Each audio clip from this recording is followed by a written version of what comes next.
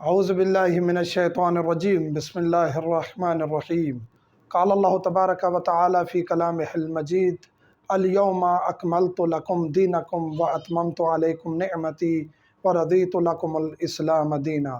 خداوند کریم نے ہمیں بہت ساری نعمات عطا کی ہیں اہل بیت علیہ السلام کی صورت میں، اور سب سے بڑی نعمت جو سب سے بڑی عید ہے ہمارے لیے 18 ذی الحج، جب ولایت امیر کائنات کا علل اعلان اقرار کروایا گیا۔ اور اس طرح نہیں عمومی طور پہ، بلکہ خداوند کریم نے یہ آیت نازل کی، یا ایہا الرسول بلغ ما انزل الیک من ربک وان لم تفعل فما بلغت رسالت، کہ اگر آپ نے یہ پیغام نہ پہنچایا تو آپ نے اپنی رسالت کا کوئی پیغام نہیں پہنچایا۔ تو پھر نبی کریم نے غدیر خم کے مقام پر، یہ جوفہ کے قریب مقام ہے، جو حجاج کرام گئے ہیں اور جوفہ سے جنہوں نے احرام باندھا، یہ اس کے قریب مقام ہے غدیر خم کا۔ حجۃ الوداع کے بعد تمام اصحاب کو، جو آگے تھے ان کو بلایا گیا، جو پیچھے تھے ان کا انتظار کیا گیا، اور مولا امیر کائنات کی ولایت کا اقرار کروایا گیا۔ یہ بہت ہی بڑا عظیم دن ہے، برکت کا دن ہے، اور جو اس دن رہ گیا، اعمال نہ کر سکا، صدقات نہ دے سکا، پھر وہ سارا سال پچھتائے گا۔ عید اکبر ہے۔ امام جعفر صادق علیہ السلام فرماتے ہیں کہ جو عیدیں بھی ہیں، سب سے بڑی عید 18 ذی الحج ہے، عید غدیر ہے۔ انبیاء بھی اس دن عید مناتے تھے اور وصیت کرتے تھے اپنے اوصیاء کو کہ اس دن عید منایا کریں 18 ذی الحج کو۔ 1 درہم صدقہ دینے کا ثواب یہ ہے کہ آپ نے اس دن 1000 درہم دیا، اور ایک روایت میں ہے کہ آپ نے 1,00,000 درہم یعنی 1 روپیہ، 1 ڈالر، 1 یورو دینے کا ثواب اتنا ہے کہ آپ نے 1,00,000 دیے۔ بہت زیادہ اجر اور ثواب ہے۔ اور اس دن زیارت امیر کائنات علی ابن ابی طالب کریں، جو نجف اشرف پہنچ سکتے ہیں وہ زیارت کریں، اور جو نجف اشرف نہیں پہنچ سکتے وہ پھر جہاں بھی ہیں مولا امیر کائنات کی زیارت کریں۔ اور مولا امیر کائنات کی زیارت کرنے کا ثواب یہ ہے کہ 60 سال کی عبادت کا ثواب ہے، اور 60 سال کے آپ کے گناہ معاف ہو جاتے ہیں۔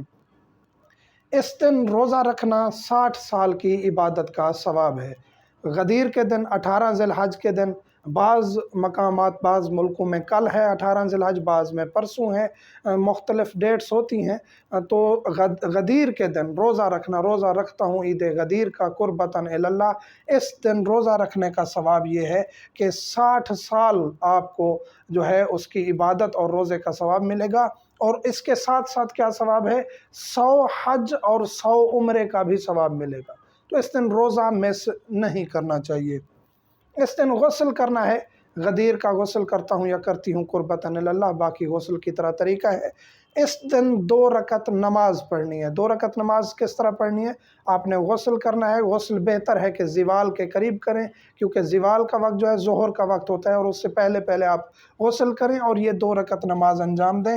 اور پھر 2 رکعت پڑھ کے، اس کا مختلف طریقہ ذکر کیا گیا ہے، اور جو ہم طریقہ ذکر کر رہے ہیں، پہلی جو ہے رکعت اس میں حمد کے بعد سورہ قدر، اور دوسری رکعت میں حمد کے بعد سورہ توحید، آسان طریقہ ہے۔ اس کے بعد آپ نے سجدے میں چلے جانا ہے نماز مکمل کر کے۔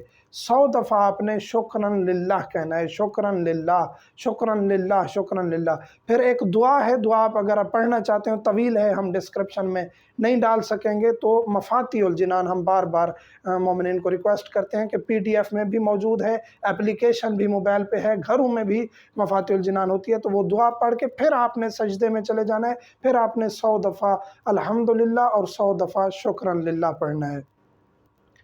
اس کے بعد آپ نے دعائے ندبہ پڑھنی ہے۔ اس دن دعائے ندبہ بھی مفاتیح الجنان میں موجود ہے۔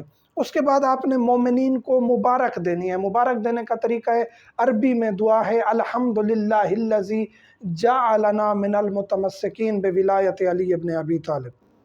جو عربی میں نہیں کہہ سکتے وہ اپنی زبان میں بھی کہہ سکتے ہیں، کہ گلے ملے مومن کو اور کہیں کہ الحمدللہ، اللہ نے ہمیں ولایت علی ابن ابی طالب پر برقرار رکھا اور اس سے متمسک رکھا۔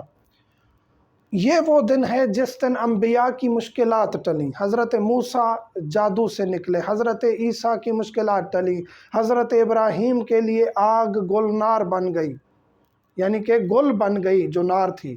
اس کے علاوہ جو ہے وہ آگ گلنار سے مراد دیا کہ آگ ٹھنڈی ہو گئی، اور اس کے علاوہ دیگر انبیاء کی مشکلات بھی اس دن آ کے ختم ہوئیں، اور مومنین و مومنات سے گزارش ہے کہ اس دن کے اعمال کو مس نہ کریں۔ ایک ایک چھوٹی چھوٹی چیز میں بہت زیادہ اجر ہے، اور ایک اور چیز جو اس دن صدقہ دیتا ہے اس کے لیے بھی بہت زیادہ اجر ہے۔ اور اس دن مولا فرماتے ہیں جو ایک مومن کو افطاری کرواتا ہے، اس نے، رسول کریم صلی اللہ علیہ وآلہ وسلم فرماتے ہیں، اس نے 2 لاکھ انبیاء، شہید اور صالحین کو کھانا کھلایا ہے۔